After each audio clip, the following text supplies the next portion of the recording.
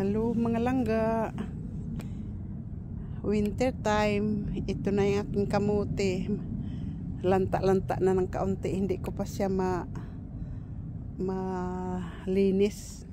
Kasi nag-order pa ako ng lupa na itanim sa paso.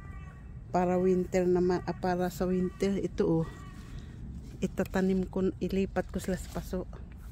Para sa winter mayroon na. Sunod na darating na summer may pananim na ako. Ito ang ating tabasin. Kailangan ko kaya dahon yan na ibaw. Ganun pag winter time wala na. Nasipagdilima na. Dami kong putulan mga langga. Ito na siya. Pagdating ng winter talaga naman iba-iba din ang kulay.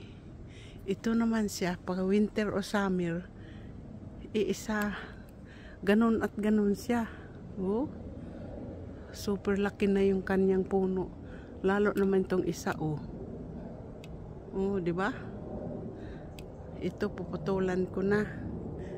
Wala nang aking beautiful na mga bulaklak.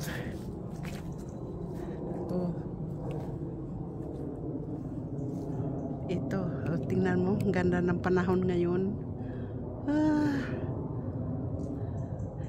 Grainy, konting nalalanta na. Walis-walis na naman tayo nito.